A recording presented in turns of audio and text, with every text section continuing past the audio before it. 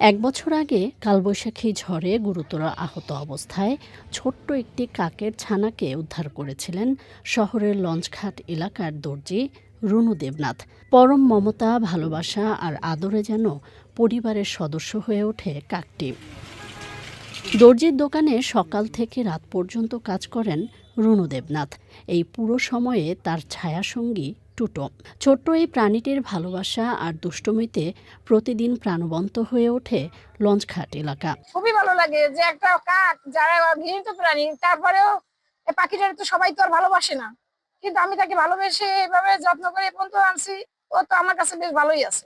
মানুষ আর কাকের ব্যতিক্রমী মায়ার বন্ধন দেখতে দূর দূরান্ত থেকে ছুটে আসেন অনেকেই। দৌড়ে বাসায় যায়, নিয়ে যায়, আবার দৌড়ে দোকানে আসে।